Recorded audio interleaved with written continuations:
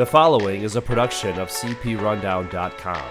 The views and opinions expressed by the host of this podcast are those of the individual and not of any affiliated companies. Ladies and gentlemen, welcome to the Rundown on Fun, a weekly podcast covering the Cedar Fair Entertainment Company, the amusement industry, and the business of fun. Here are your hosts, Karsten Anderson, Evan Schultz, and Kyle Hu. Good evening, everybody, and welcome to this week's episode of the Rundown on Fun, a weekly podcast where we cover Cedar Fair, Cedar Point, and everything to do with fun. Now, let me get into that. First of all, I think I did a hell of a job future-proofing the name of this podcast when I picked it out 3 years ago, as they have retained the stock ticker FUN. So I think I deserve a little bit of credit. Like, you do. We don't have to change our name. Now, that being said, Can we just say the elephant in the room? I cut out my season pass because Cedar Point changed their entrance sign in the very, very front of the park, but they only just changed it with the actual name of Cedar Point and not Six Flags like I thought. So now I got to get a new season pass. Just kidding, by the way, but these are some of the comments that were happening on our Facebook page. So that being said, I think we're going to have to get JC down here on a first-class Delta flight to re-record the intro just a little bit. It needs tweaked just a little bit. You can just edit, be like Cedar Fair and Six Flags, just like a weird high pitch. No, Cedar Fair doesn't exist anymore. Man. We can't say that. But that Six Flags. That being said, guys, I feel like it's been so long since I've been on one of these. So much has happened. We have a ton to talk about. Yeah, I'm feeling great. So let's just jump right into it. First of all, before I jump into it, congrats to us, and we didn't even plug this. I think it was probably a few weeks ago. We actually had our anniversary. We've been on the air for literally 2 years. This is our third year going, so congrats to us. Bottle of bubbly is in your guys' fridge. That's Welch's grape juice, but yeah, 3 years, crazy. This is our 70th episode, and you know what? I can't wait to see, what the future brings. And I think, like, listening to it and stuff, like, we've got a lot of peppy energy, and because I've listened to other podcasts, not to down some of the podcasts, and I'm not going to say the names, but some of them are just kind of like, hey, yeah, this is episode number 165. We're going to talk about theme parks and coasters. I'm reading from a script. And it just, so ours is totally off the cuff, unscripted, and just Sometimes my microphone falls over. Our feelings. Well, we're gonna hopefully fix that because in season unquote season 3, we're gonna get a new mic for no. Well, yes, but that we're gonna fire up a Patreon, and no, we're not doing that yet. Yeah. As Mike and Evie from Costa Radio, great podcast. Anybody's looking for another podcast, listen to them. They like to say, put some money in the tip jar. Are we worth a couple bucks? Our entertainment and things like that, or our opinions and things like that. We haven't even talked anything about that. So this is still future talking. We probably should sometime in the future. It costs me like $40 a month to host this podcast. Wait, $40 a month? Yeah. So we also. All right, so this is our official announcement. We are launching a Patreon. Well, hey, if we're gonna get behind the curtain, I pay about $15 to do the cool linky thing that I throw on our social medias. That is easy to listen to from Y to Z, and then also the web hosting for the website and things like that. That's about like $20 too. So and we pay like. Nothing. We pay like $30 a month for our hosting through Podbean. And then the whole like Apple Podcast subscription thing, that's like $50 a year. So maybe not like 40 a month, but it's definitely more than 30. Yeah. Well, mine that's a monthly thing that I was talking about. But you know what? Yeah, the Podbean is 30 a month.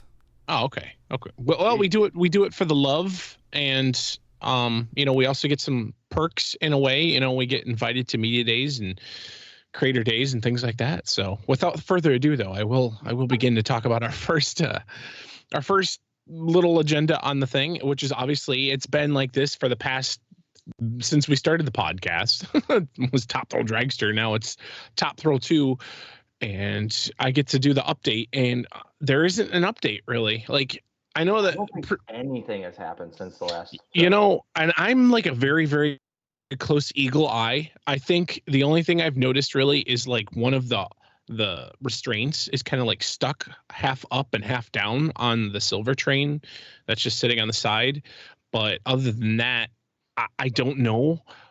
I'm kind of thinking that they're, in my opinion, and this is my opinion only, we don't have any inside information or anything. It almost honestly feels like they're waiting for a part or something, or parts or something, or they're just throwing the towel and they're just like, you know, we're done. But we have what Cedar Point has provided us. Then the manufacturer's still working on it. They are still working on it, maybe in the garage, or who knows. They're still working on it. We don't know if, like I said, if they're waiting for parts or whatever. I did know when I did ride Power Tower, and I think I talked about this in our last update, is they actually have the flat pieces of plywood, right? That's those thin pieces of wood, right? Next to each of the trains. Yes. Really next to each of the wheel bogies, wasn't it? Right. Next to the transfer track, the storage track, all the way down to the very end of the storage track. That has been like that for the past 2 or 3 weeks. So I'm like, maybe they're just waiting on something to come in. Again, we don't know. And sadly, the summer's ticking away, and it's been closed for 60 days or so, something like that. But I know Evan and I were able to ride, and you guys got our first reviews. So once this does open up, exactly 2 months, because I believe its last day of operation was May 10th. Okay, that sounds right. Was it May 10th? May 10th or May 12th? Something like 10th because it was a Friday. The 12th was when the official announcement happened, where it's like, guess what? Okay. But you know what? We've talked about this in previous episodes. They're erring on the number one factor, which is safety. And I know, Kyle, you know, like if a coaster down there opened, you know, at Disney or something, and there was something going on with whatever, you know, they would obviously err on the side of safety. And it's nice to see that, you know, the park spent millions and millions of dollars doing this and advertising and whatever. And, you know, it's good to see that, you know, they obviously take safety number one, which is good. So, yeah, I mean, talking about the massive elephant in the room, is it annoying to us park fans that we've been wildly anticipating this coaster for how many years now? And we got a little glimpse and it was open for like a week and then it was closed again. Yeah, it's annoying as hell and it's sad and it's frustrating. But at the end of the day, it is totally for safety. And I don't think anyone can, in good faith, fault the park for doing that. Everybody can always be upset and frustrated, but I don't think anyone can be truly angry, because God forbid they were to keep operating it in that condition and something happened, we would be talking about a much worse news story rather than, oh, well, I didn't get to get on top too. Yeah, boo-hoo, it sucks. I flew all the way from Orlando and I didn't get to get on top throw too. But whatever. And you're going to do it again in like a month. Yeah, I'm going to do it again in like a month. It's annoying, but oh well, life goes on. It'll still be there. And when it does reopen, it'll be better and safer, and it'll just, I don't know. I kind of rambled a lot there, but I mean, yeah, I mean, it's a safety thing, and you know, it's good to see and people are like, well, wait a minute. Why doesn't the park update us? You know what? Like we see this all the time. The thing is the park. The thing is like we want to know. The thing is the park might not even know what's going on. Like, if the park updated as much as you guys want them to, they would say the same thing every single day. Right. The manufacturer's is here and they're working on it. We don't know yet. That's all they would say. Yeah. So please stop clamoring for an update. It's just getting It'll tiring. happen when it happens. And when there is an update, it'll be something legit at this point. So just look forward to that. It's either going to be, hey, we're things are happening, we're in good shape, you know, look for an opening soon, or it's going to be, hey, we're throwing in the towel, see you in 2025. That would be the worst case scenario. but Till then, stop posting on every single thing the park posts. TT2 update win. Open TT2. Guys. And I'm talking to a brick wall in this podcast because I feel like everybody that actually listens to this podcast is like-minded. But it's like the people on like the news, like, I don't know, Cedar Point posts something or a local news company posts something about the park. And it's just all these people in the comments that just get very exhausting. Yeah. Well, I mean, like we'll post, like for instance, we'll talk about this just a little bit, but the Cedar Point entrance sign, Tony, updated his Twitter today saying, hey, we're doing a updated sign. And people are like, so you got time to update the sign, but you don't have time to like update Top Thrill 2. It's like, come on, just stop. Just being obnoxious at this point. Like, God, I do not envy Tony or anybody that works in any sort of PR at that park because good God, y'all are obnoxious. Yeah. So, Anyways. We'll you know what? We'll see. Summer goes on. There's a lot more things coming up. In the summer we've got, the Boardwalk Nights that's coming up, and then we've also got Halloween weekends to look forward to. Sadly, that means the park's closing for the season. Hey, we still got 4 months of the park. We're good. Yeah, you're true. We're like right at the very top, and then we're like, oh, gotta go down. But anyway, still not even halfway through. Anyway, speaking of crazy updates, we did actually get an update on July 2nd about a crazy update that I know that in my lifetime, if you would have told me like 10 years ago that, hey, Six Flags and Cedar Fair are going to merge, I would have been like, you're off your rocker. Okay, you want to talk a little bit more about that and the craziness that followed?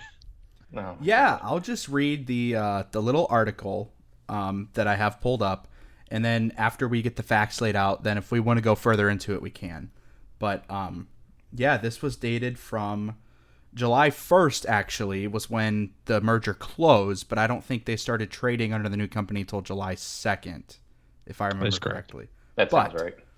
Regional theme park giants Six Flags and Cedar Fair successfully completed their merger to become the largest amusement park operator in North America. The combined company's portfolio now comprises of a staggering 42 theme parks, water parks, and resort properties across the United States, Canada, and Mexico. The newly merged company is operating under the name Six Flags Entertainment Corporation, and each park in the combined portfolio will retain their legacy branding with no changes to the parks currently being planned or contemplated. A statement from Richard Zimmerman, the new CEO, read, "Our enhanced financial flexibility will enable us to invest in new rides, attractions, food and beverage operations, and state-of-the-art consumer technologies, ensuring continuous improvement and innovation that each park visit is more exciting and memorable than the last." Yeah, so really quickly, reading down the list here, do you guys want me to read through all of the parks? That's a lot of parks. You can just rapid fire. Want me to rapid fire? All right. Yeah, just rapid fire. Okay. Hurricane Harbor, Phoenix. Six Flags Magic Mountain. Hurricane Harbor, Los Angeles. Six Flags Discovery Kingdom. Hurricane Harbor, Concord. Six Flags Over Georgia. Six Flags Whitewater, Atlanta. Six Flags Great America. Hurricane Harbor, Chicago. Hurricane Harbor, Rockford. Six Flags America. Six Flags New England. Six Flags St. Louis. Six Flags Great Adventure. Hurricane Harbor, New Jersey. Wild Safari Adventure. Six Flags Savannah Sunset Resort and Spa. Six Flags Great Escape. Six Flags Darien Lake. Six Flags Great Escape Lodge. Frontier City. Hurricane Harbor, Oklahoma City. Six Flags Over Texas. Hurricane Harbor, Arlington. Six Flags Fiesta, Texas. Hurricane Harbor, Splashtown. Six Flags La Ronde. Six Flags Mexico. Hurricane Harbor, oh my God, the Hurricane Harbor, Mexico. I can't pronounce that. Man, I had a pretty good run up until that point. All right. Shaking it off. Gonna keep going. California's Great America. Knott's Berry Farm. Knott's Soak City. Michigan's Adventure and Wildwater Adventure. Valley Fair and Soak City. Worlds of Fun and Oceans of Fun. Carowinds. Cedar Point. Cedar Point Shores. Kings Island. Dorney Park in Wildwater Kingdom, Schlitterbahn, New Braunfels, Schlitterbahn, Galveston, Kings Dominion in Sauk City, Canada's Wonderland. You know what's crazy too? Half of those parks also include water parks that weren't even like mentioned as a separate property because they're pay one price. Mm-hmm. So like, Wow. Hurricane Harbor, Phoenix. When did Six Flags get that? I don't know, but it's Right. on here. I didn't know that existed. Well, I also think it's that's funny a that lot. I think it's funny that for Six Flags they listed the like Savannah Spa and Resort in New Jersey, but they didn't list any of the resort properties at Cedar Point. Yeah, they did. Like, I'm curious to see. Oh my god. Oh, Bigger- I bigger- missed that. It says Cedar Fair also boasts 11 accommodations around the United States, ranging from RV sites to hotels. There we go. Okay. So I'm curious to see bigger picture. Now I know they've announced that the parks aren't changing their names. I'm curious to see when they do decide to do something with the naming. I'm wondering if Six Flags will be removed from all of like the Six Flags chain parks and just have it be Magic Mountain or Great Adventure. Sorry, I Over almost did that. Georgia, over Texas, Right. I don't. New England, St. Louis. England. Because you. No, Right. I mean, Carson, I get what you're saying. Like, I mean, maybe, I don't know, the New England say would Because get you don't have a to little pronounce. something added onto the front. You don't have to pronounce the name Six Flags anymore. You can just. I mean, I'm just literally spitballing. Yeah, you so don't have this to make could that distinction because it's Yeah. all one company. right. But, well, I don't know. I was gonna say maybe you want to still make the distinction between like, you know, the Six Flags parks and United Parks or SeaWorld parks, you know, whatever. But then you get into, well, then it should be Six Flags Cedar Point, Six Flags Kings Island, and that's not gonna happen. I Right. said it a million times, people. Sorry. Yeah. If you go on any of the Six Flags, because the companies still have their separate websites and things like that still. Obviously, this is all brand new and fresh. It's not just going to be click of a finger and things are just going to transform like immediately like that. The thing is I haven't seen anything where it would be, you know, something of that nature where it'd be like, oh, you know, but they also say, I lost my train of thought and I came back. Sorry. They do have on the Cedar Fair, on all the Cedar Point, like the Cedar Point, the Kings Island, the whatever websites, and also the Six Flags websites as well. It does have a merger update, and you click on that, and it has like a facts and question thing of like, is my park name going to change? And it says no, it's not. You know what's weird though? If you look at the Cedar Point website, scroll all the way to the bottom, it says copyright 2024 Six Flags Entertainment Corporation on the Cedar Point website. That's weird. That Yeah. is so weird to see. It is weird, but you know, It's official. And Yeah, all of those it's- parks that Kyle just named, same umbrella. same umbrella. I'm Wow. curious. Do you guys think just a yes or no? All park passport for all of those parks that were mentioned, or do you think they'll like maybe get rid of that and maybe do maybe like a regional pass or something? Or what do you I think we'll get an obscenely priced all park season pass. Kyle? I think we're gonna get, like Evan said, a all park, and I think it's going to be $500. A $500 add-on. Okay. I think I we'll don't. Real quick, I think he means like $500 total. yeah, I don't think it's gonna be like pick your parks, and you can either do like all the Legacy Six Flags, all the Legacy Cedar Fair. I think it's gonna be, hey, I want to get a Kings Island pass, and then it's gonna say, do you want to add on the all park passport for $400, or like whatever. And I don't think they're gonna make a distinction of, okay, I buy my Cedar Point Prestige Pass, I want an all park passport. They're not gonna make the distinction of, do you want an all park passport for just Cedar Fair Legacy parks? Do you want an all park passport for just Six Flags Legacy parks? It's gonna be all or nothing. I think we're almost gonna be forced into it. I want to say they're going to have the regular, the regular park passes, and then the park passport will be like the add-on. And I want to say it's going to be $250 starting off. So you're looking at like a $500 pass all said and done. I mean, yeah, after you add And that's even before your meal plans and stuff. You know what? It's worth it. I mean, I've only been to the park 8 times this year. It's paid for.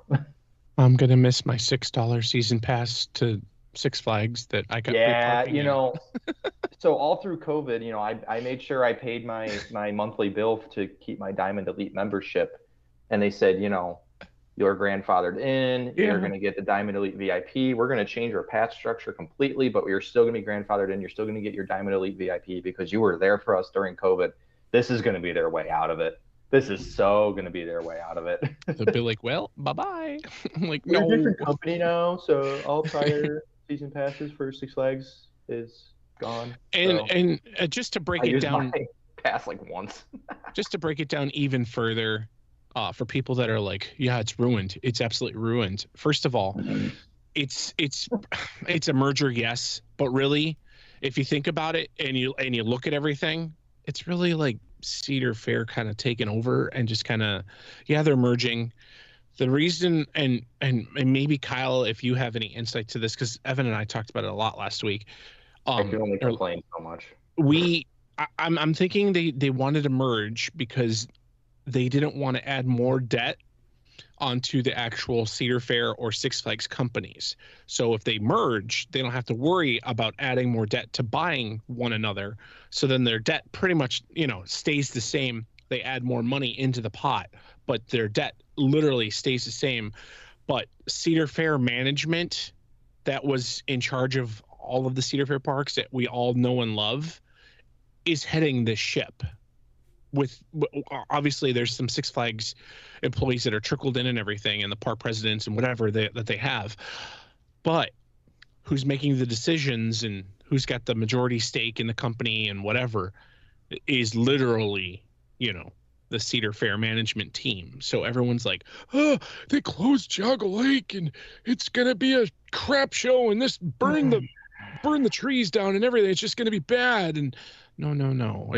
I think it's going to be really good, but I think the merger, like if Cedar Fair had the cash and they weren't in crazy debt, I think they would have actually bought Six Flags out and put themselves, into the Six Flags debt. But they decided to just keep it kind of level keel, where you don't have to worry about adding, I don't know, $4 billion on the debt, and then you're, $8 billion in debt, and you're, trying to get yourself out of the hole. Kyle, what do you think? Yeah, no, I totally agree with you.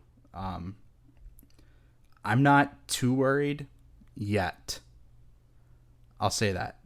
I think this is a great thing, but we'll see 1 or 2 years down the road how this actually pans out.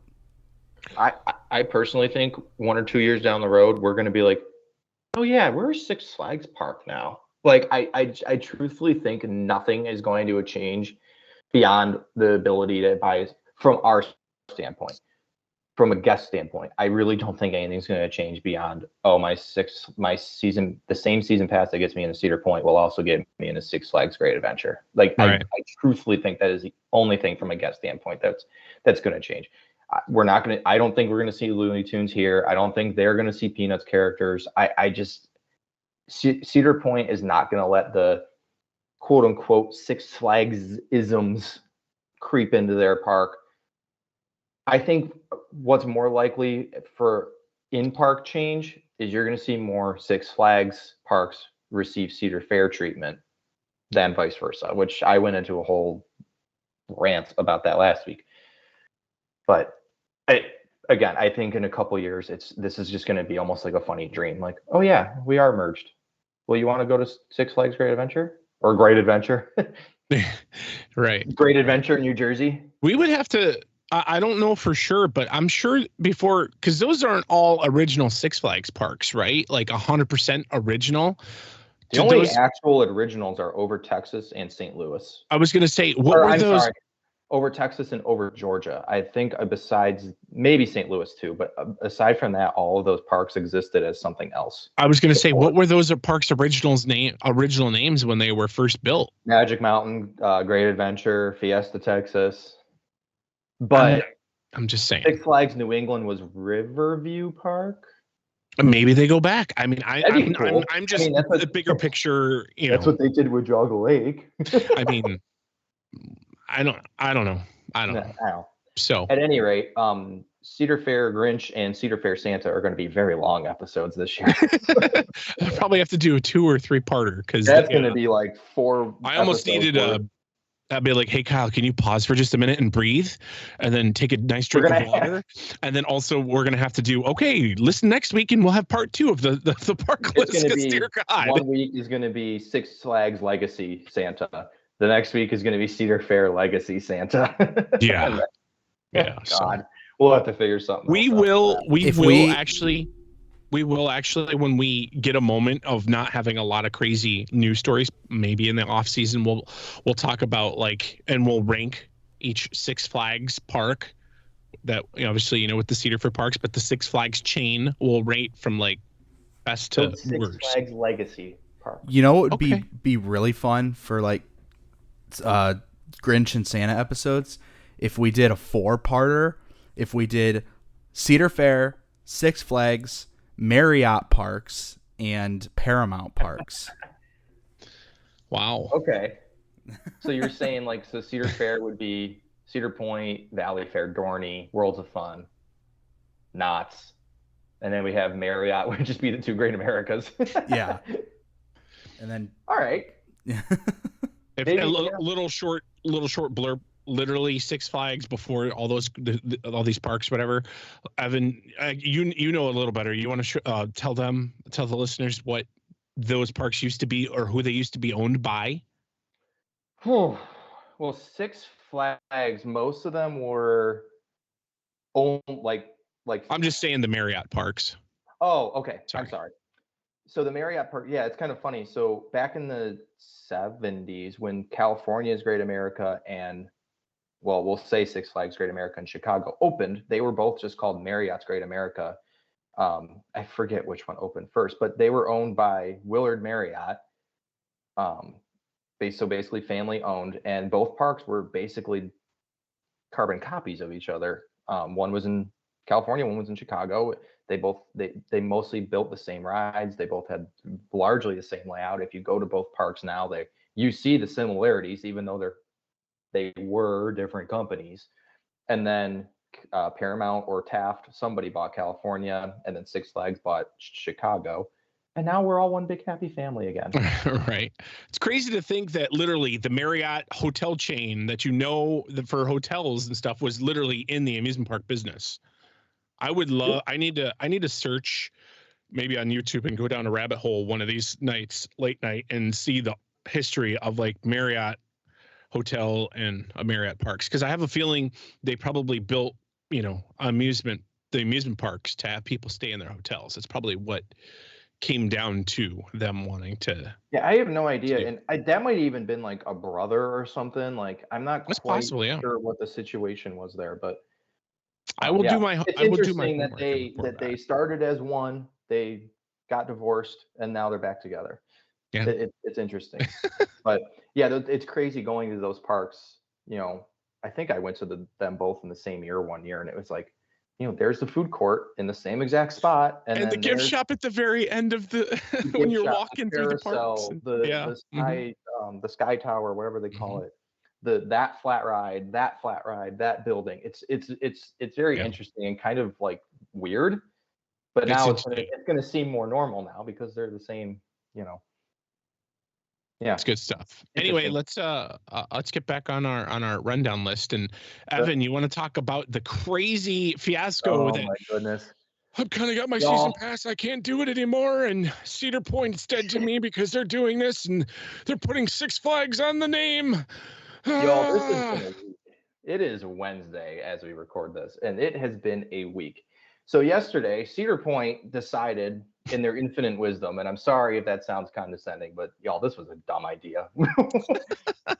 They decided in the middle of the morning during park operating hours, hey, we're going to rip down our sign at the front of the park that says welcome to Cedar Point And, they thought that wasn't going to cause a stir, but guess what? They caused a stir. Maybe they were like, we're tired of all the top throw questions. Yeah, like, right. Let's just distract them for a minute. let's throw a giant like buzzsaw and see what happens. So if you were going to the park yesterday morning, you would see that the big blue sign in front of Gatekeeper was just blank. And boy, everybody on social media lost their freaking marbles. It's changing to Six Flags Cedar Point. It's changing. They're going to change the name. This is awful. Six Flags is taking over. Guys, how many times do we need to say it? How many times does the park need to say it? They're not changing names.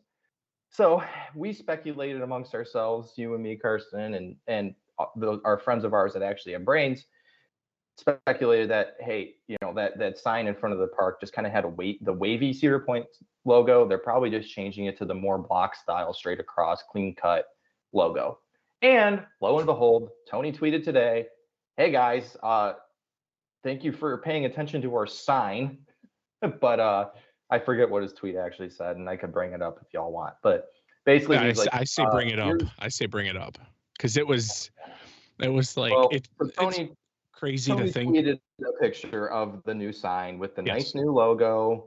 It doesn't say anything about Six Flags. It still says Cedar Point. And Tony tweets with that, your enthusiasm for a main gate sign refresh has been noted. But no surprises here, just fresh paint, updated typeface, and a 3D version of this logo is on the way to replace this painted version. Because right now they just painted a logo onto it, and there will be like it was a 3D, logo popping out at you, just like there was. And it's not going to say Six Flags. Everything is fine. Goodness gracious. And even if it does say Six Flags, it's not going to be like plastered like Six Flags. They're going to put that janky old like 2000 Six Flags logo just everywhere. Yeah, right. Oh my goodness. And Mr. Six dancing in the foreground, and the bus is going to be parked, and they're going to blast the Venga Bus song at all hours. Like, good God, y'all. But seriously, there's wars going on in the world. There's inflation going on. Y'all people need to start like working, maybe not our listeners, but like tell if someone that that you're listening to that was freaking out and was like, hey, did you hear that Six Flags is taking over Cedar Point? Like, let them know and tell them to follow or listen to our podcast, then follow us. And then just be like, hey, yeah, you're a dummy for thinking that, because literally it's like, even if it was Six Flags Cedar Point, whatever, it's not going to change. People are just going way far overboard in, So, it's not going to change. One of the local news companies, and I wish they hadn't, but they posted a photo of, the sign being changed, and they had a kind of a somewhat misleading headline. But then they said in the headline that Tony Clark mentioned that, nothing's changing. And they posted on their Facebook, and Carson, I think you posted something similar. Did you link WKYC? I don't think so.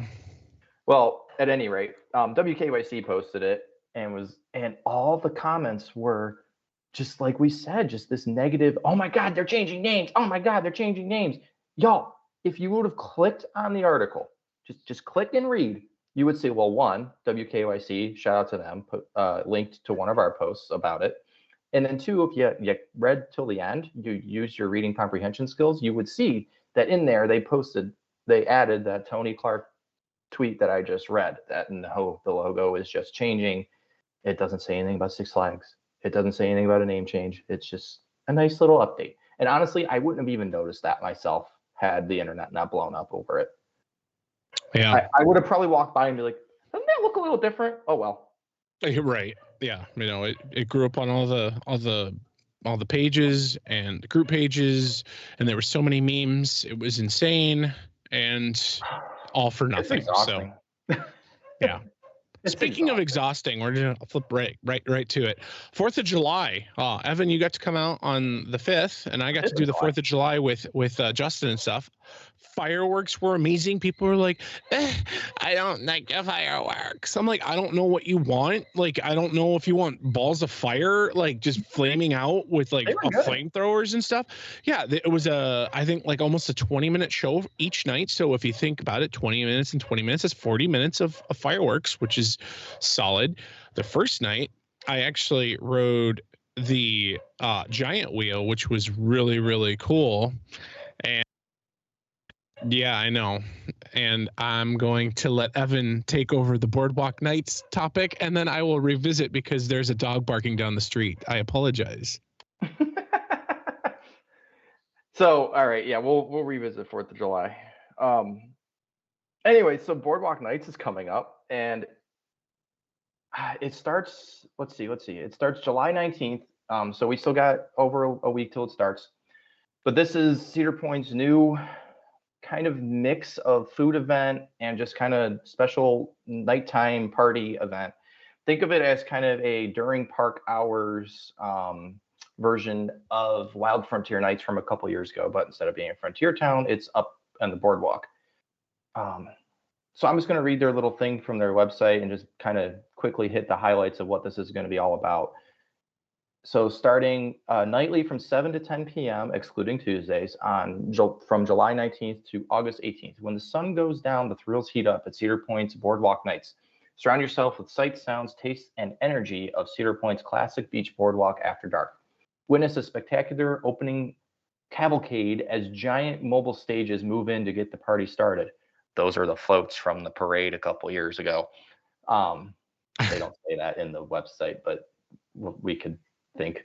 A variety of musical acts, bands, jaw-dropping stunt performers, towering high dives, derby dog competitions, brass brigades, swing dance parties, and more create a Lake Erie Beach Boardwalk party like no other. At a park like no other. No, they didn't say that, but I missed that catchphrase.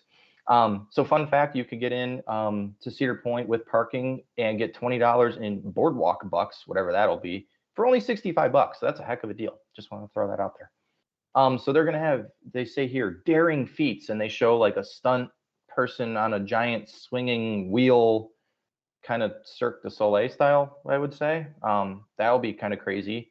There's going to be music, and they're going to, if you remember from the parade and the show from CP 150 Spectacular, they're going to have Mrs. Popcorn and the cotton candy woman come back with music, and they say swing into the past with the Steamboat Swing Dance Party.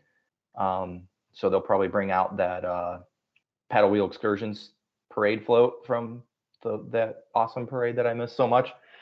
Sip and Savor, there's going to be Savor Boardwalk Bites, flavored popcorn, colossal cotton candy, and loaded footlongs with pulled pork, mac and cheese, and barbecue sauce. And then there's going to be signature cocktails like That's the Bomb, Spiked Icy, and Collector Lemonade and Limeade shakers in flavors like watermelon jalapeno, strawberry basil, and pina colada. Enjoy a culinary adventure by the beach. Then there will be a fabulous finale with what they're calling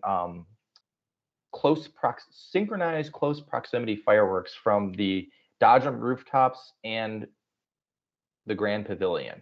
So I'm not sure if they're shooting them off from the Dodgem rooftops and then you'll get a good view from the Grand Pavilion. That'll be interesting. They did something kind of like this during Wild Frontier Nights, and they were cool. I mean, there's not a whole lot you can do with close proximity fireworks. Don't get your hopes crazy high, but it'll be cool. And then out on the beach, they're going to have a DJ like they've had in years past. Then they're going to have specialty games too, probably on the beach and in the park. Most of this is taking place in the park, most of it. But there's going to be the DJ out on the beach. They're kind of the similar beach party that they've done in years past. But then everything else, like the stunts, the high dive show, the food, the close proximity fireworks, and I would guess these games, or at least some of them, will all be inside the park. They even make mention of make your way to the 3-point challenge court for a game of boardwalk ball, which is going to be a fast-paced knockout style competition, which I'm beating all of you in that. Just but yeah, so this sounds like it's going to be a ton of fun. We were blessed enough to be invited by the park to check out, to join them for their Creators Day, Media Day event, which will be Saturday the 20th. So look for a blog and a bunch of posts following that and during that. So that'll be a ton of fun. Shout out to the park for the invite. Yes. Yeah, I'm super excited. We missed Frontier Fest this year, which was always one of my favorites, but this is something new, something awesome they're trying.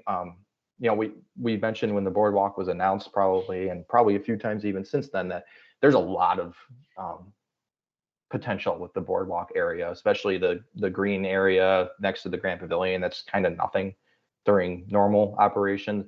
There's a lot of potential there for different events and a lot of fun. And we've even talked about even the potential for good haunt stuff there and whatnot, which we're not there yet. But yeah, this seems like a really, really cool step in the right direction for the special events at the park. So I'm super excited.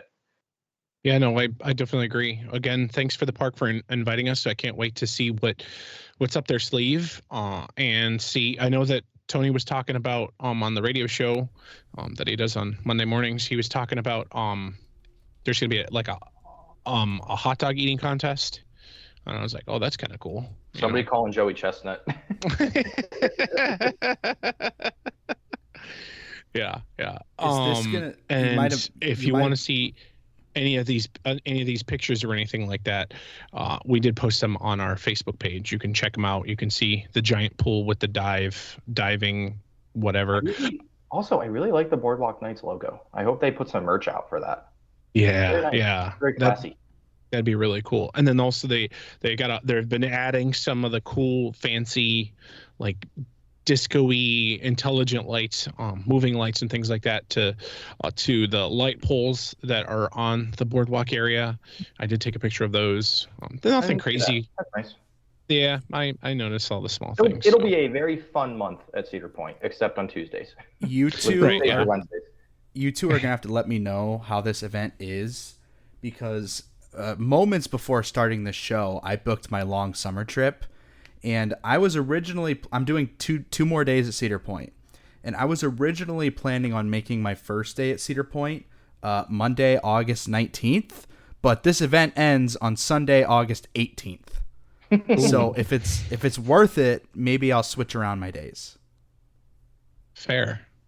We'll definitely let you know. We're gonna get a big preview of it on the 20th. So yeah, I mean, I think, spoiler alert, I think it might be. I think it's just going to be a nice vibe. It's just going to be a nice, fun, summery vibe. It's real talk. What I should do is just go up. Don't do the park on Sunday, but just stay at Breakers that night. That way I can go to the event and then still be at the park on Monday. Well, I was going to say it's as long as you get there before 7. I mean, you could get in the park still, obviously, with your pass, but really, really good tie-in. To Hotel Breakers, where everyone, is going to the beach and going back to their hotel and stuff. And hey, whoa, what's going on over here? There's a guy that's, spinning on a crazy wheel and jumping off high dive. And even though that wheel and the high dive are in the park, you're going to be able to see it from the beach. Yeah. And you're going to be able to kind of partake in it, even if you don't even have park admission. So that's kind of cool. Yeah. So shout out to that. Shout out to the dumb dog that was barking down the street. I'm going to continue my 4th of July talk. So yeah, we're not editing that out. No. So anyway, the 4th of July fireworks were crazy good. I got to see both shows. The one went off without a hitch, and the other one went off a little late because I guess without a hitch, but 15 minutes late. Yeah, according to the radio show when Tony was on, he said that there was a ground clearance issue or something. So I don't know if someone was walking around in the area and they couldn't do it yet. God, so that's why there was a little delay. But anyway, it was worth it. Really good fireworks. The fireworks shows, they're 20 minutes ish or so. The Cedar Point fireworks. I think Cedar Point fireworks, because I saw my cities and I saw a few other cities as well as. I almost think that. Their fireworks are bigger, bigger circumference. They use the big expensive ones. Yeah, so you might not maybe get as long of a show, but you might get bigger booming fireworks, if that makes any sense. I try to get a lot of good pictures, and speaking of pictures of, but they came out pretty cool, and yes. for such a beautiful foreground for it is fireworks show. so we wanted to do this a few years ago, and we decided, and I was like, hey, it's a perfect night. The wind's blowing the opposite way. We're good to go. This is story time with Karsten. If anybody wants to hear a funny story, stay tuned. So I'm like, all right, Justin, I know we talked about this previously. We're going to have to ride the giant wheel because you can take pictures and video during the giant wheel. He goes, okay. This was early on in the day. Later on, whatever. So it's about almost 10 o'clock, and I'm like, Justin, we need to get in line for the giant wheel. I swear to God, this man was probably wanting to pay anybody and everybody on the midway that was walking by us. He's like, hey, how about that? They look like they could use an extra rider. You can go ride with them. He was trying to push me off to somebody else. Wasn't he trying to pay people too? Like $20 yes. to ride with this dude. He was tempted to. Damn, people wouldn't ride with you even for $20. Well, no, he didn't actually do it. It's not like the monster. But yeah, so anyway, long story short, we get on the giant wheel and the fireworks are going off and we're stopped, and I'm like, I really hope that because we didn't time it up perfectly, and I'm like, I really hope that we get to see these fireworks because we're stopped on the bottom-ish. This is not good. So finally, we move up and stuff and everything, and I'm like, still can't see. I got a really cool picture of people watching the fireworks from the giant gondola on the giant wheel, which was kind of a cool picture. It was really cool to see the midway filled up and just people just staring at the fireworks. Yeah. On the other cars. yeah. So I'm like, well, that's cool. Guess I'm gonna miss the show because I'm like, well, we've only got maybe 6 or 7 minutes left ish of the show, and I'm like, all right. So finally, we got up to the top, and then we started going back down. I'm like, wait, no, we're not clear cycle, are we? Come on, really? And then all of a sudden, we stopped, and I'm like, oh my gosh. Let me just say, ladies and gentlemen, listeners of all ages, this year's 4th of July fireworks that we're going to have in our calendar, a little plug, are going to be really, really hard to figure out what one to use. But wow, was it freaking cool to see the fireworks from pretty much 100 and some feet in the air. And you were stopped up there during, were you up there during the finale too? Yes. That's awesome. So I got pictures of the finale. I posted maybe 5 or 6. I probably took almost 200 photos. I was like, well, I'm not going to let everybody steal my photos because people like to steal photos on the internet. So I'm like, I'm going to post some of the best ones, and then the rest, we'll release in a calendar or maybe in a future update or something. But Evan, you also got really good pictures of the fireworks too. I got video.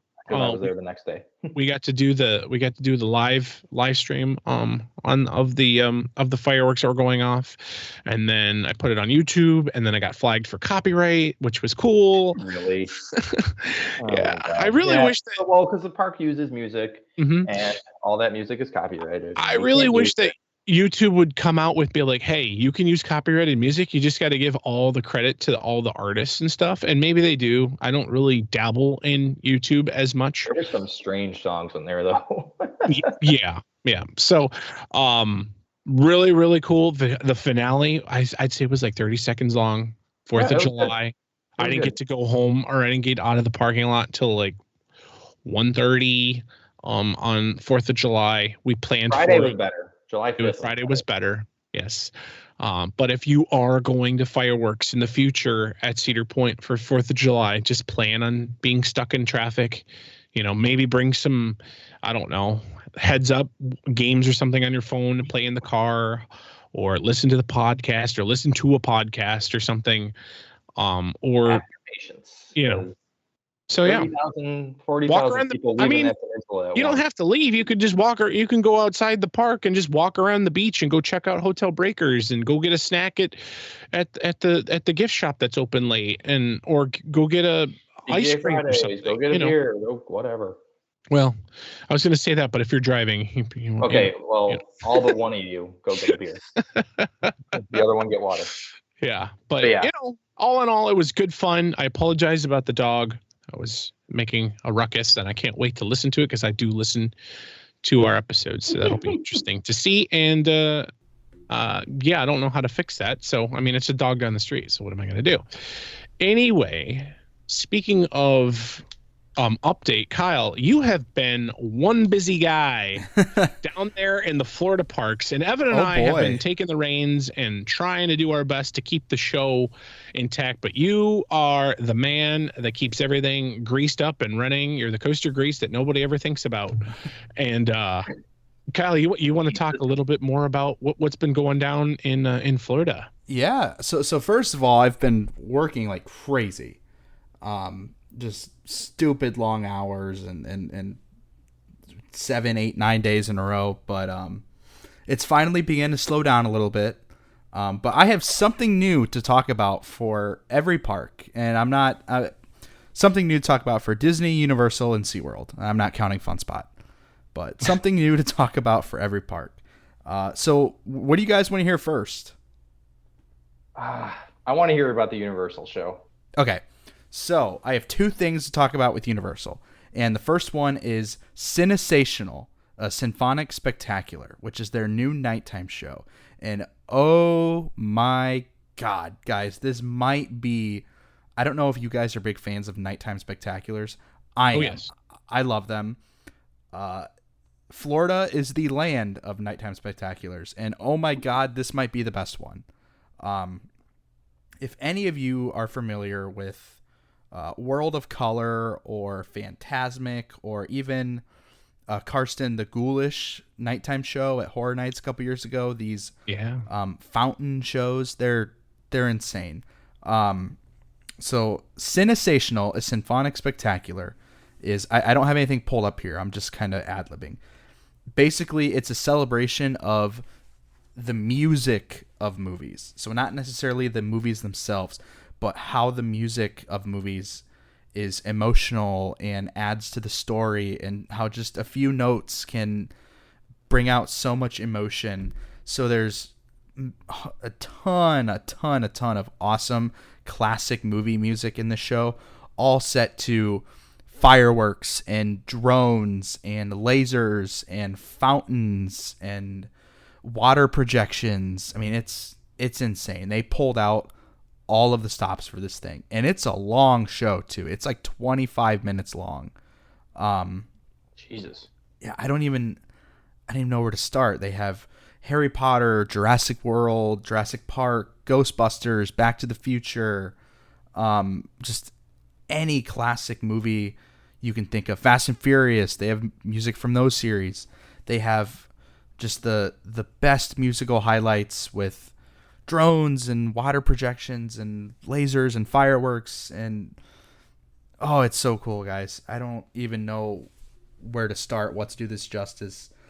This is the show that Universal has needed for about 10 years. It uses the lake perfectly. It keeps everybody in the park. It's phenomenal, guys. I can't say enough good things about this show. Evan, I know you were down here and you opted to stay over in Islands to get night rides. Mm-hmm. Now, I'm not going to fault you for that because I know you don't live here and you don't get to come down to the parks very often, but that was the wrong decision, my friend. You 110%. That was more, if it was a me trip, I probably would have gone and seen this show, but I'm like, I got to get my mom on Hagrid at night. I gotta. So that's unfortunate, but we saw the drones from the Velocicoaster line. That counts. Yeah, I totally get why you didn't go, but man, you need to try to see that. I've seen it like 4 times now. And then one night, me and Ray went on a little date night when Inside Out 2 came out, and we went up to the movie theater up there. We didn't even go to the parks. We just went and got dinner and went to the movie theater. We were walking back out to the parking garage, and we just saw like King Kong made out of drones in the air. So that was pretty cool. Orlando things. I'm not gonna lie, Kyle. I've seen your stories and you send me them all the time, and I have actually skipped through them, not to be a jerk, but I want to see it when. Yeah, you just don't want to get it spoiled. I get it. Yeah. I think I got to watch it on YouTube. I really I make it back down there. It's gonna be over. I hopefully they'll keep it during. They're not gonna do Horror it Nights. No, they'll do. I think they're gonna do something different during Horror Nights, like a horror version. Oh, that would be amazing. Okay. Because they did that for Ghoulish 2 years ago before the hurricane. Yeah, that's came. true. But you know what? It's not going away anytime soon. So when I come back down there again, possibly for New Year's or something, then well, maybe they'll start it back up after Horror Nights, if anything. Hopefully. If I had to complain about something, and I don't like complaining about things, but if I did, the only negative thing I can say about Cinesational is not even about the show itself. It's just Universal Studios Florida is not set up for that level of park dump where everybody leaves at the same exact time. So I can see that. getting out of the park is a little bit of a pain. But that being said, you can get a really awesome viewing area from anywhere around the lagoon. They have dedicated areas where you can just go and sit down and wait for the show to start. What's like the main viewing area? Like, what would be? Would it be like the E.T. Simpsons side? Yes. So they have the whole viewing and staging area set up on that side. So it starts down by like Simpsons, and it goes all the way down to just about Transformers. All of that area down by the waterfront, where they have like the grass and the benches and the pathways and everything down there. That probably gets really thick with people. It does. But every time I've done it, I've not had a problem walking up 5 minutes before the show started and getting an awesome view. Oh, that's cool. I guess they haven't spent enough time at studios in the daylight to know like where the good spots would be. Every time I'm there, it's like rushed and at night during Horror Nights. Mm-hmm. So Universal actually has 3 new offerings right now, but I've not seen the Mega Movie Parade, so I'm going to skip talking about that. And I'm going to talk about DreamWorks Land next. So obviously DreamWorks Land is the new area of the park, the refurbished, what did they even call that area before? Like Fievel's Playland? Dr. Seuss Land? No, it wasn't Kids. Or no, it wasn't Curious George Kidsopolis. Land, sorry. It wasn't Kidsopolis. It was something with the word kids in it. It's just their children's area. Where Woody Woodpecker's Nut House Coaster was, but then renamed. DreamWorks Land, guys, really cool, really solid addition to that park. I don't think it's going to generate ticket sales, but it's really fun to hang out in. It's awesome if you're a child, and the IPs are a hell of a lot more relevant than Fievel or Curious George or any of that other stuff was. I do have to ask. I haven't seen videos and I haven't looked at any of this stuff just because I like to be wowed when I see it. The ball pit is not there. What did they do with it? That is the Kung Fu Panda section. So that is where you can learn Kung Fu with Po. If you know what Turtle Talk with Crush is over at Epcot, where it's like this Poe coming out on screen and talking, but there's actually someone working a microphone, responding to the audience, and so that's that. They use that whole land for that? Well, just the little ball pit, just the indoor ball pit section, and then everything else where the water used to be and all that stuff, that is all also Kung Fu Panda themed, and it's still water and all that stuff. Why do we keep the water? Why keep the water? Why I love that ball pit. The ball pit was an unfortunate casualty of this change. Damn. That sucks. I don't remember what they call it, but the stage show in the land, really, really, really, really, really cool. Really, really, really, really, really cool. One of the best stage shows in Central Florida now. It is awesome. Really? Yeah. How was you want to tell us about how the green cheese was with the Shrexel? The Shrexel with the green cheese might have been the grossest thing I've ever had in my entire life. It ruined my day at the park. I was getting Snapchats from you, and you're like, "My tummy don't feel good. I had the green cheese." I'm like, "What?" It ruined my day. I cannot undersell to you how gross this thing was. First of all, the pretzel wasn't even good. I don't know if I just got a bad one, but it was hard as hell, and it didn't have any salt or anything. It was just bad. It sucked.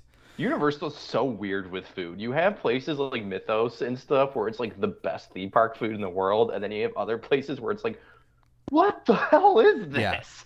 Yeah. The cheese, I could forgive the cheese being green if it tasted good, but it did not taste good. And I don't I love when you get a pretzel and you have that gross ass plastic cheese. I actually like that. This was worse than the gross ass plastic cheese. This just tasted like fucking I don't even know what it tasted like. It was just gross, man. It looked gross. It tasted gross. It wasn't it. Leave that one out. Jeez. It was bad. Little do you know, instead of sticking food coloring in the cheese, they just let it mold. Yeah, honestly, like, it was so bad. I literally took one bite and I said, this might be the worst thing I've ever had at a theme park, and I threw it away. See, when y'all complain about Cedar Point food, this is what you could be getting. Yeah. Right. But honestly, the rest of DreamWorks is really cool. The old play structure is now themed to like Shrek and all that fun stuff. So there's a lot of cool things for kids to do in there. There's a whole lot of interactive points throughout the land. There's a lot more kinetics than there used to be. Like there's things moving and things going on and things to do and look at. I mean, it's really cool. I mean, it's a win for that park. It's not anything that's going to get me to go to the park, but it's like, oh yeah, that's a lot better than what it used to be. You know, it's a win for me was when I stole one of those foam balls from the ball pit. So I have like 6 on. I went on closing day and I filled up my shirt with them. Like, sorry, off topic, but yeah. No, you're good. The coaster was reskinned from Woody Woodpecker to Trolls, so it is now called the Troller Coaster. And you best believe I used my Express After 4 to skip the hundreds of small children waiting in line and ride it. Wow. That is a credit that I do not have because of that. Is that considered a new credit since it's not considered a new credit. It just has a new name. all right? But yeah, overall thoughts on DreamWorks Land, it's a win. It's a solid replacement. It's good. And I think that's honestly one of the things that park was missing was relevant things for kids to do. I agree. Yeah, so I'm glad they gave the younger visitors, something to do, because 10 years ago, Universal, marketed themselves as the park for adults. Kids go to Disney, adults go to Universal. And now with all the resorts and City Walk and them getting ready to open Epic, they're trying to build themselves more as a family destination. And if you're going to be a family destination, you have to have things for kids to do. So I think this is a win. I'm just sad I can't peg anybody in the head with a foam ball anymore. Well, when you come over next, next, bring them with you and we'll throw them at each other. Hey, okay, all right, bet. Okay, so yeah, since I haven't seen the Mega Movie Parade, that's it for Universal. What do you guys want to hear about next? SeaWorld or Disney? Disney. All right, so over at Walt Disney World at Magic Kingdom, they have another quote-unquote new attraction. Splash Mountain, which was closed in 2023, in January of 2023, I think. Yes, January of 2023, has reopened as Tiana's Bayou Adventure, themed to Princess Tiana, Princess and the Frog, and all of that fun stuff. And guys, it's really good. Really, really good. I didn't have a emotional attachment to Splash Mountain. I wrote it because it's hot in Florida and it's a fun flume ride. But I didn't have any connection to the story or the characters or anything like that. So when I heard this was getting changed, I was like, okay, cool. I wrote it when it was hot, and I'll still ride it when it's hot. Whatever characters are in there doesn't really matter to me. No, this is really, really, really good. First of all, the ride is just chocked full of literally the best animatronics that the Walt Disney Company has ever produced. I've seen some of the videos of even before they installed them, like of Princess Tiana and God, what's Mama Odie? Mama Odie and Lewis is the big gator. Oh my goodness! Like those are the most fluid animatronics I've ever seen. These animatronics are incredible. I'm not even kidding you. They're probably the best animatronics on Earth. They are so good. I would agree with that. They are phenomenal, and they are tucked into every little nook and cranny of this ride. I counted 6 Tiana animatronics, and not like 5 little ones and one that was really good, like 6 full-blown, good-to-go Tiana animatronics. Like top tier. Like top new tier. technology or whatever. All of them are top-tier new technology. 6 Tianas. I think there's like 6 or 7 Lewises. There's like 2 Mama Odis. There's all the little critters and everything. I mean, visually, this ride is stunning. Very good. Every single area of this ride looks better as Tiana's Bayou Adventure than it did as Splash Mountain. Splash Mountain was very, I mean, one, it was old, right? And Disney didn't really take care of it all that well. But when you dropped off the lifts of Splash Mountain and you're just like going through the outdoor portions, there was nothing to look at. You were floating through a flume that was decorated up to look like rocks, but that was it. Like this, there are things everywhere. There's signs to read and like ingredients growing and little Easter eggs here and there. It's just nothing felt empty, which was my main gripe with Splash Mountain. Is there were very, very big holes in the ride where just nothing was going on. Nothing in Tiana's felt empty. Visually, it's stunning. Everything is just super, super colorful, and there's foliage everywhere, and it's just the nighttime shots of Tiana's look insane. Yeah, like I can't underestimate, or again, I don't know what word I'm looking for. It looks fantastic. Yeah, I can't overstate how fantastic this ride looks. Now, the true test will be if in 5 years it still looks this good. But right now, it looks awesome. Now, the finale scene is way, way, way, way, way, way, way, way better than Splash Mountain. The finale scene is unreal with the kinetics and the fluidity and what's going on, and like it's just crazy. The music, really catchy, really upbeat, really fun, really catchy. Don't have anything negative. The movie has super good music too. Yeah. Now, again, very similar to Cinesational, I don't like to complain. But if you twist my arm and you're going to make me complain, about the only complaint I can really come up with is the plot line, the storyline. So here's the thing. Splash Mountain was, it was very climatic. You go through the ride and there's conflict and there's emotion and it's scary, and then the climax of the ride is obviously the drop into the Briar Patch. Well, Tiana's isn't meant for that. And it's not like they built a brand new ride. They had to work with what they had to work with. So the story for Tiana's is super, super simple. It's very easy to follow. You're floating down the bayou and you are looking for band members to play at Tiana and Prince Naveen's party.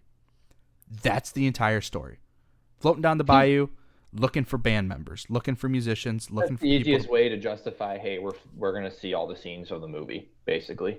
Pretty much. Now, because they had to shoehorn this story into an already existing ride, a lot of people are like, well, there's no story, there's no conflict, there's no resolution. There doesn't need to be. There doesn't need to be a nice, fun ride. There doesn't need to be for Tiana's. It can be a nice, fun, upbeat, lighthearted ride. And that's what it is. And that's totally okay. I have no problem whatsoever with the storyline. It's very fun. It's very lighthearted. It's easy to follow. But a lot of people that I've talked to that were, as I call them, Splash Mountain purists, are looking to hate it because it's not Splash Mountain. If you were someone who grew up with Splash Mountain, or it was a very sentimental ride to you, I understand that you're probably going to have negative feelings about this ride because it's not what it used to be. But if you're like me and you go in with an open ride, look at what they did here. Every single element about this ride was plussed. That is a win for the Walt Disney Company. If you can take one of your rides and just plus it. Just make it that much better. That's going to improve every single guest's day. Like this was a group. It's not that Tiana's or Princess and the Frog is a super new IP or anything, but it's a hell of a lot more relevant than Song of the South. Kids are going to relate to it a lot. You also can watch it on Netflix, and you don't have to go to the black market or black or dark web or whatever to find that movie to see what is all about. Kids have seen Princess and the Frog. Kids these days has definitely not seen Song of the South. Yeah. So like I said, I think that is a huge win in Disney's playbook, just because of how visually stunning it is and how just downright fun and catchy it is. I caught myself singing the song, the music from the ride, for 5 days after we rode the damn thing. Well, get ready for that when I come down to Daytona and do the 500, and I wrote it with Dean. And boy, did we have a time trying to get on this thing. So when it's on virtual queue right now, and it will be for a few months. So if you don't know what that is, you got to log on to the app and reserve a time to ride it. And I will say they have come out and said that it is only going to be on virtual queue for the summer, just while it's very, very crowded. Once the summer's done and it's not the hot new thing, it's going to go off virtual queue, because Tiana's Bayou Adventure has incredible throughput. It is one of the biggest people eaters in that park. But anyway, it was a Friday. Abby was gone. It was just me and Dean. I was like, hey, Dean, you want to go over and do Tiana's tonight? Yeah, let's do it. It's the new thing in town. Let's go do it. All right, I'll book us VQs. I'll book our virtual queues for us. I'm at my office booking VQs. I was like, great, we're group 75, whatever. It's 1 p.m. They're on 40. I'll get called around 4:45, maybe 5 o'clock. I'll get to leave my office, go straight there. It'll work out perfectly. No, I got called at 3:20. Oh, no. And I had to be like, all right, I am done for the day. I will see everybody on Monday. I have to go.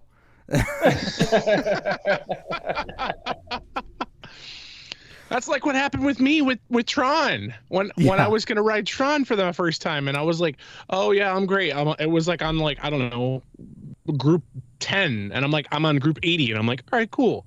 And I think we were talking back and forth, Kyle, and you're like, yeah, you should be good at till 2 o'clock or something, and then get called. No, I got called at I don't know, 1, and I was in the hotel, not showered, not ready to go, and I'm like, and it says you need to be there now, or you lose your spot, and I'm like, luckily they were very forgiving, and they were like, it's just you, go right ahead. So I'm like, thank God. To be fair, the night before I asked you when you wanted to ride, and I think you told me I want to ride around 1, and I was like, okay. Yeah. And I'm pretty sure you got called back within the window, because I know how to play the system that well.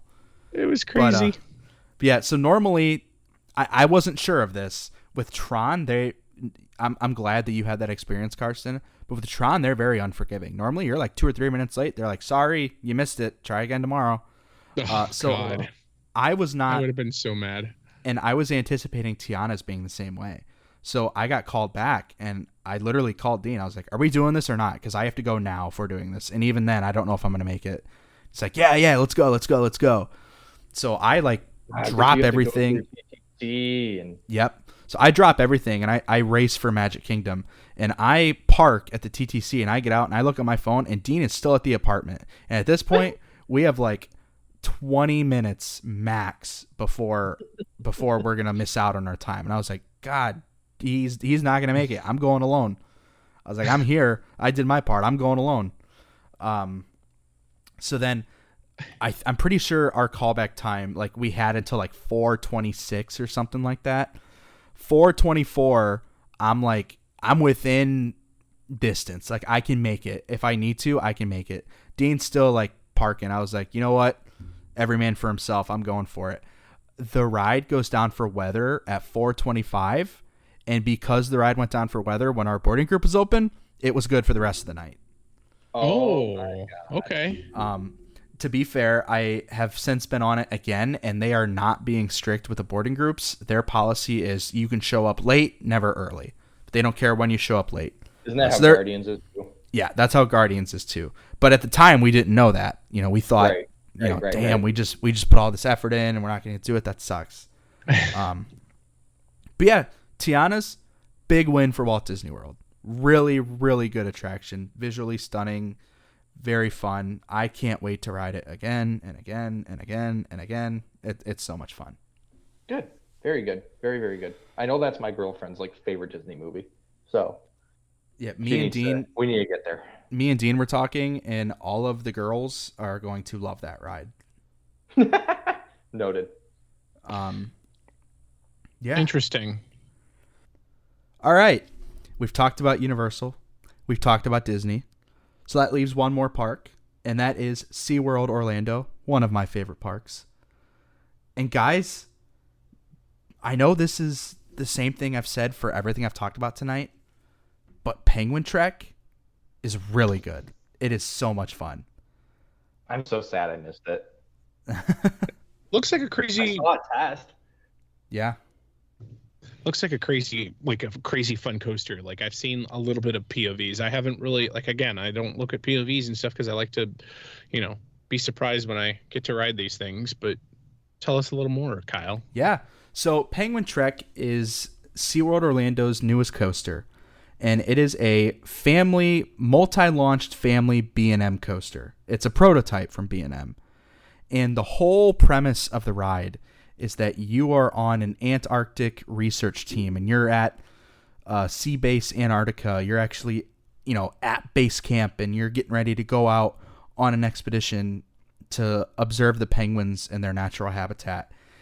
To see this level of detail in storytelling at a SeaWorld park is game changer. I mean, this coaster, the indoor portions, unbelievable, with the little ice caverns and all the special effects and all the sound effects with that launch right out of the tunnel to the queue. I mean, the second you step foot in the queue, you are just immersed in this story. I mean, it's so good. The ride itself, really fun. It has 2 launches, so the top speed is 43 miles per hour, and you hit that on the second launch. I believe the first launch is like 38 or 39, but that first launch is still, I mean, it's got some pep to it. Yeah, it goes uphill too, doesn't it? Which is yeah, cool. It's an uphill launch. So you're going through the ride as you wait in line inside, and then you load inside, and the first part of the ride takes place inside. So the launch is what takes you outside of the building, and you launch up, and then you turn to the left and dive back down towards the ground, and that's what starts the ride. This thing, it's not the tallest, it's not the fastest, it's not the most intense, but it is not trying to be any of those things. What it is trying to be is a true family attraction that everyone can enjoy. It is so much fun. I think you're going to love this thing if you're a coaster enthusiast, or if you're an old grandma, or if you're someone who's afraid of coasters, and maybe this is going to be the one that changes that. It's just genuinely so much fun. And I know we've talked about this on the podcast before. As we travel to more and more parks, we appreciate those kinds of rides even more. Mm-hmm. But the layout is super fun. The launches are punchy. There's actually some decent airtime. Like it's a solid coaster. It's good. And it's right when you get off the ride, then you go right into the actual penguin exhibit and then get to see the penguins. So that's a plus too. Like that penguin exhibit's super cool too. Like it is. Do you get to see the penguins on the ride at all? If you don't want to hear Penguin Trek spoilers, fast forward 15 seconds. You do not see actual penguins in the ride.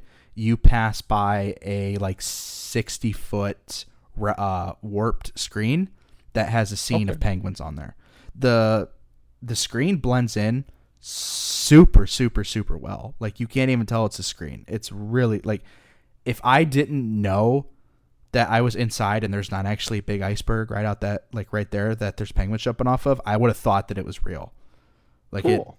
It looks really cool. cool. Is it super cold in there too? Yeah, they make it cold, and then they blow fans on you, and there's ice sound effects crackling and everything. Nice. Honestly, I think this is one of the best themed attractions that SeaWorld has ever developed, and I think it is probably the most well-rounded attraction that SeaWorld has ever developed. It hits for so many different demographics. It's super themed. The effects are awesome. Like, it's all around. It is a home run for that park, because that is what they were missing, was a true family coaster. You know, you have Kraken and Manta and Pipeline and Icebreaker and all the other coasters, but kids can't do those. Kids are scared of those. Yeah. Kids aren't scared of Penguin Trek. It has fuzzy penguins. How can you be scared of Penguin Trek when it has fuzzy penguins? True. Very true. Yeah, It looked like a really cool ride. I caught little glimpses of it testing, but obviously it wasn't open when I was there. But yeah, I saw the whole ride actually. I've seen bits and pieces of it 3 different times. Yeah. It looks really cool. I tend to spend quite a bit of time over at SeaWorld. Like I've said before, it's one of my favorite parks. But I don't think I've heard a single negative thing about this ride. Every single person that comes off of that was either, that was the coolest thing ever, or, wow, I really wasn't expecting it to be that, but that was awesome. Like, that was really, really cool. I can't wait to bring my family back. Like, good. The buzz around the park. Yeah, the buzz around the park for that ride is just awesome. That's really cool. Yeah, that's really really good to hear. I hope B&M keeps up with those. Yeah, well, hey, whatever their model name is, Family Family Launch Coasters. Yeah, Family Launch Coaster. Yeah, we've got surprisingly 40 some fun. Parks now that we currently have on our umbrella. So yeah, and we'll get one. Right down the road, Busch Gardens Tampa. They'll have a very similar ride opening up here. I think past previews start next weekend with Phoenix Rising, which is their family invert. They seem to have taken the legacy Six Flags pill, where we can open our rides, in July or August, whatever, Yeah, I think something happened over there. I'm not 100% sure though. But fair. Guys, was one I didn't see it test, but I did see it like sitting on the lift hill all day when I was there, and then I went by later at night and it was in the station. I was like, damn it, I missed it. Yeah, I have seen it test, but only like very, very briefly. But yeah, guys, I've talked your ears off for probably like a half hour about everything I've been up to. If anyone has any specific questions, I'd be happy to go into them. But if not, that's it for me. It's been an incredibly tiring 6 weeks. It's been an incredibly fun 6 weeks. And, the future of the theme parkscape here in Orlando is only looking up, with Epic Universe coming to town and all the other parks stepping up their games. It is a very good time to be a Central Florida theme park fan. And I'll leave it at that. Yeah, no, for sure. I think it's an exciting time to be a fan everywhere. Yeah. Right. Yeah, there's definitely some really cool future opportunities. Speaking of not really future, but I obviously we're not. I've made a decision. We didn't talk about this, but we're not going to be recording next week. We'll record the next week after that because there's just not a whole lot to talk about. Because the next week following, we'll have our boardwalk preview and be able to talk a little bit more about that. But before I jump into closing, I wanted to say quick shout out to, I don't think I said this during the whole 4th of July fiasco that I was experiencing. A quick shout out to Justin. Thank you so much for riding the giant whale with me. I know he bare knuckled and white grabbed onto the rail the whole time, didn't say a word. I was like, oh, pretty colors, that's so cool. And he was just dead silent. So I know he was scared to death, but thank you so much, Justin, for that. I really appreciate it. The fans will really appreciate it, and the calendar is going to look really freaking awesome. And then also a little blurb, since this show is going to be super long this week, since we're not recording next week, I got to experience launching fireworks on my own, not just personal fireworks, but actually doing like a mini fireworks show that was programmed to music and also to to music, and also a computer program where they were firing off in different sequences and things like that. So definitely a quick shout out to, his name's David, and also Haley, that invited me out to a private showing. I got to do something that was pretty crazy. Had fireworks going literally above and beyond my head, and it was all falling on top of me, which is really cool. I don't recommend doing it unless you're like with an actual person. He's actually got his certification for this and stuff and everything, but we were just kind of chatting a little bit earlier today. Yeah. We were talking a little bit earlier today, and supposedly I might be able to do some future shows with him or something if I do like a little cert here or a certification here or there or something like that. So I look forward to talking about that on the pod. And but yeah, that's and David's a listener, right? He is, yeah. David So David and Haley. They definitely listen because they definitely quote me on the stuff that I do talk about. So if you guys are still listening, which I would assume you are, shout out to you guys. Appreciate it. Wouldn't blame you if you're not, though. This is a long one. Yeah. So, Yeah. Karsten, one more thing I forgot to mention when I was talking about Cinesational. The drone people that do Cinesational are Sky Elements, the one that did the drone show at IAPA. Ooh, Yeah. okay. I saw a guy standing watching the show with me one night, and he had his little Sky Elements polo on. And Cool. I went up and talked to him, and he's like, "Yeah, it's." I remember you guys talking about that drone show at IAPA. Yeah. He'd be like, "Hey, are you related to that guy that was walking around here eating all the free food, eating all the Dippin' Yeah. Dots and all the whatever?" And he would like put his email in, and like it let us scan his thing, but he never would like talk to anybody or try to buy anything. And he was just walking around with a blue polo the whole entire time and just staring at Top 2's trains and just marveling at them. Like, Yeah, no, I don't know that guy. All right, well, let's wrap this thing up then. We started at 8, and it is now 10 p.m. I'm exhausted. Like my co-host said, we will be taking next week off, so I will talk to you guys in the next episode. That's all I got.